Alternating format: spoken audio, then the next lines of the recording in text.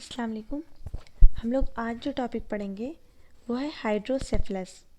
Hydrocephalus जिसको यूनानी में माउर रास भी कहते हैं और इस्तिस्काए दिमागी भी कहते हैं। तो सबसे पहले हम जानेंगे कि हाइड्रोसेफलस की मीनिंग क्या है।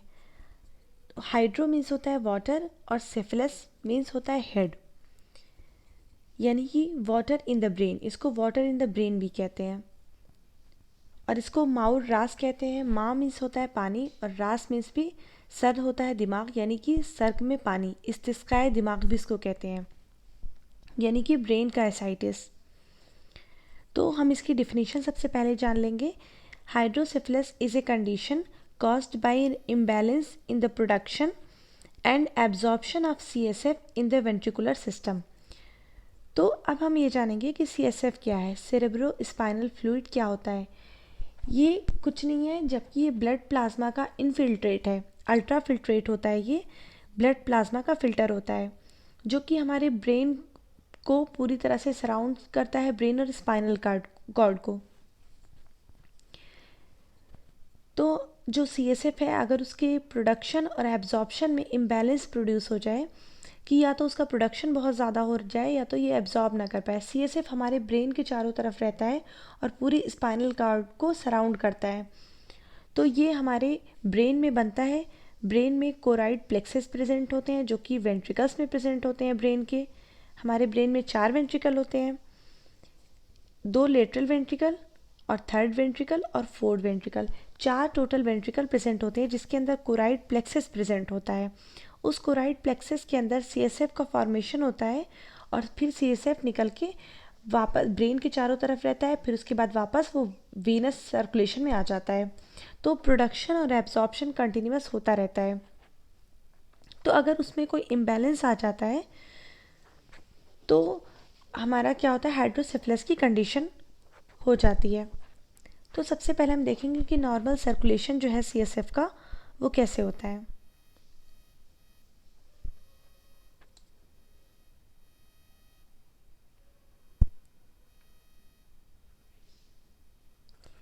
देखिए ये हमारा ब्रेन है।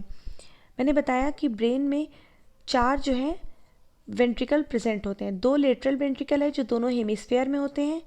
फिर उसके बाद ये दोनों लेटरल वेंट्रिकल हो गए, फिर यहाँ पे ये 3rd वेंट्रिकल है, फिर उसके नीचे ये 4th वेंट्रिकल है।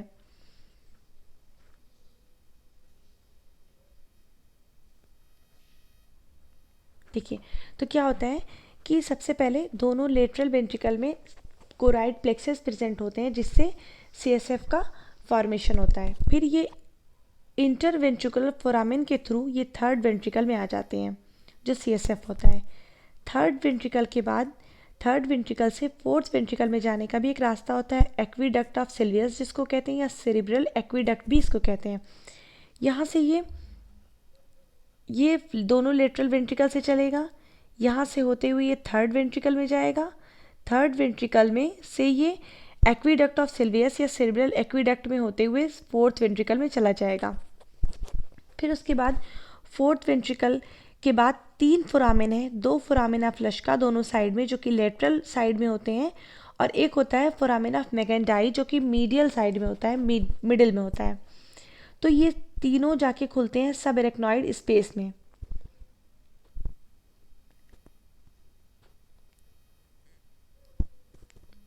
सब एरेक्नॉइड स्पेस से जाते हैं एरेक्नॉइड विलाई में, फिर वहाँ से वीनस ड्रेनेज में चले जाते हैं। तो इस तरह से CSF का जो नॉर्मल सर्कुलेशन होता है वो होता रहता है। आइए अब हम इसी चीज़ को डायग्राम में देखते हैं। ये देखिए, ये लेटरल वेंट्रिकल से 3rd वेंट्रिकल में, 3rd वेंट्रिकल से 4th वेंट्रिकल में, फिर ये सब एरेक्नॉइडल स्पेस में जाता है और वहाँ से ये विलाई के थ्रू चला जाता है वीनस ड्रेनेज में, सुपीरियर सजाइटल साइनस में जाता है, वहाँ से वीनस ड्रेनेज में चला जाता है।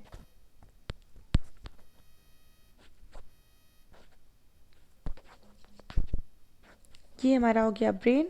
ये दोनों 2 लेटरल वेंट्रिकल प्रेजेंट है, एक इधर दिखाई दे रहा है हमें और एक इसके पीछे है लेटरल वेंट्रिकल। ये इंटरवेंट्रिकुलर फोरामेन है, दोनों वेंट्रिकल के बीच का रास्ता।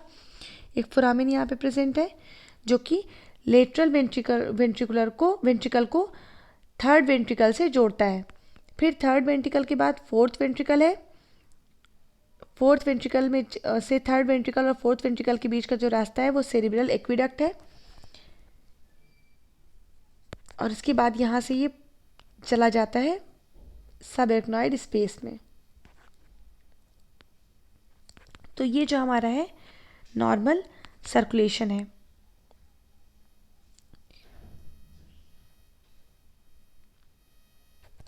हाइड्रोसिफिलिस जो होता है वो दो तरह का होता है, कम्युनिकेटिंग या इसको ऑब्स्ट्रक्टिव भी कहते हैं और नॉन ऑब्स्ट्रक्टिव। या तो किसी ऑब्स्ट्रक्शन की वजह से जो सीएसएफ का रास्ता है उसमें अगर कोई ऑब्स्ट्रक्शन पैदा हो जाता है तब ये होगा, या फिर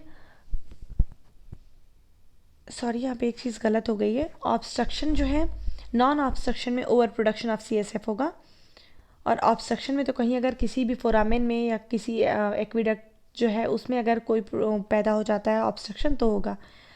तो ये दो तरीके से हो सकता है। इसके मेन कॉज के बेसिस पे अगर हम इसको डिवाइड करेंगे तो दो होगा, या तो ऑब्स्ट्रक्शन है या तो नॉन ऑब्स्ट्रक्टिव है। नॉन ऑब्स्ट्रक्टिव में ये ओवर प्रोडक्शन ऑफ सीएसएफ की वजह से हो सकता है, या फिर एब्जॉर्प्शन में डिफेक्ट हो।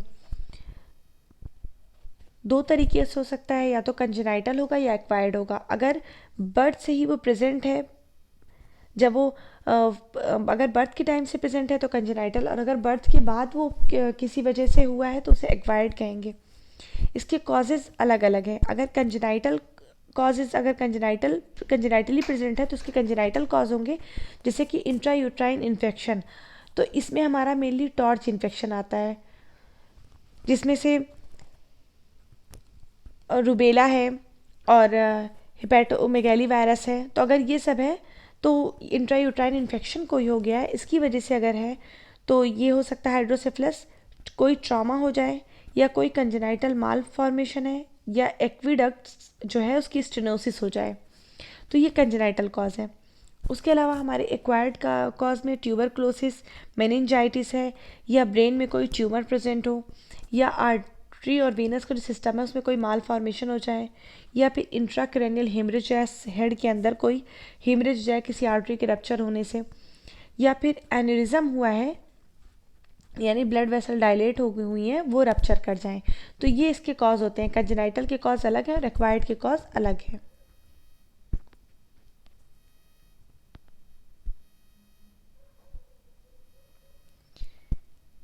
फिर हमारा है कि डायग्नोसिस, हम इसकी तशखीस कैसे करेंगे।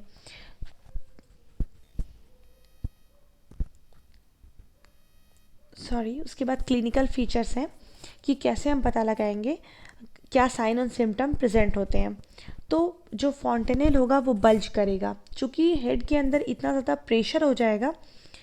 क्या होता है कि जब सीएसएफ जितना होना चाहिए जब ज़्यादा हो जाता है तो क्या करते हैं, जो वेंट्रिकल होते हैं वो डायलेट हो जाते हैं, क्योंकि उसमें एक्युमुलेशन होने लगता है सीएसएफ का। तो वो उसकी वजह से जो फॉन्टेनेल्स होते हैं जहाँ पे सूचर जुड़ते हैं फॉन्टेनेल्स, तो वहाँ पे क्या होता है कि वो बल्ज करेगा। हेड का सरकमफ्रेंस जो है वो बढ़ा हुआ होगा।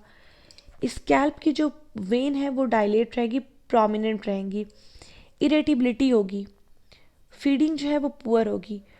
वॉमिटिंग, क्योंकि हेड के अंदर इतना प्रेशर रहेगा उसकी वजह से प्रोजेक्टाइल वॉमिटिंग होगी। सीजर्स आ सकते हैं।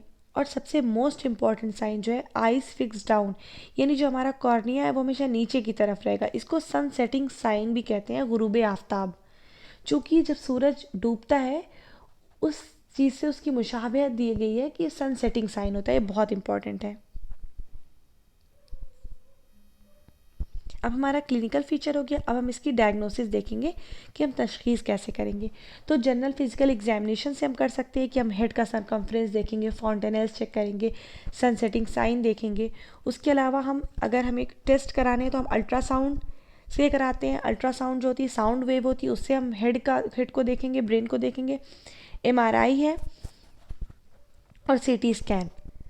उसके बाद है डिफरेंशियल डायग्नोसिस, यानी किन डिजीज़ से हम इसकी डिफरेंशियल डायग्नोसिस करेंगे। तशखीस फारका, मेगेलेनसेफेली, या तो जिसमें ब्रेन का साइज़, ब्रेन टिश्यू ही ज़्यादा होते हैं। Chronic subdural haematoma. उसके बाद है हमारा ट्रीटमेंट। तो ट्रीटमेंट में हम मेडिकेशन या तो होता है, अगर कंडीशन ऐसी है जिसमें हम वेट कर सकते हैं तो हम मेडिकेशन से ट्रीट करने की कोशिश करते हैं, जिससे एस्टाजोलामाइड देते हैं जो कि CSF के प्रोडक्शन को कम करती है।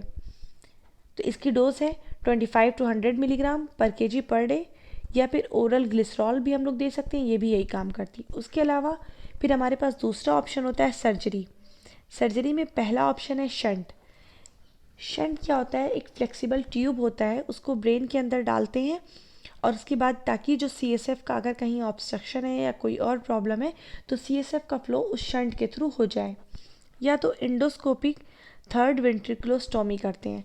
तो इसमें क्या करते हैं, इंडोस्कोप डालते हैं और इंडोस्कोप के ज़रिए हम डाल के ब्रेन को देखते हैं और वेंट्रिकल के अंदर, थर्ड वेंट्रिकल के अंदर डालते हैं इंडोस्कोप और वहाँ से फिर ड्रेनेज कराते हैं। फिर हमारा है अगला यूनानी इलाज। यूनानी इलाज में हम नुतूल कराते हैं, जिमात कराते हैं और अर्क देते हैं। तो नुतूल कराने के लिए नुतूल क्या करते हैं कि नुतूल किसे कहते हैं, मेडिकेटेड वाटर या फिर ऑयल को एक ख़ास दूरी से सर पे गिराया जाता है। तो क्या करते हैं, सर के बाल मुड़वा के नुतूल कराते हैं। नुतूल हम कराते हैं इक्लीलुल मलिक से, जो कि मोहल्लिल आराम है। इक्लीलुल मलिक, तुख्म सोया और गेहूं की भूसी डाल के नुतूल करा सकते हैं हम। उसके बाद है जिमात। जिमात में हम शौनीज़, इक्लीलुल मलिक, ये दोनों एक एक हिस्सा होगा, जुंद बेदस्तर एक हिस्सा और ज़ाफ़रान 1/4, इसको हम जिमात करा सकते हैं। उसके बाद हम इसकर मक्की 60 ग्राम लेकर, गुले सुर्ख 60 ग्राम और बेक करफ्स 36 ग्राम लेकर इसको पानी में डाल के इसका अर्क हासिल कर लेते हैं और पानी की जगह यही अर्क देते हैं। तो इस तरह से हमारा जो हाइड्रोसेफलस था, इस्तिस्काई दिमागी, वो कंप्लीट हुआ। Thank you.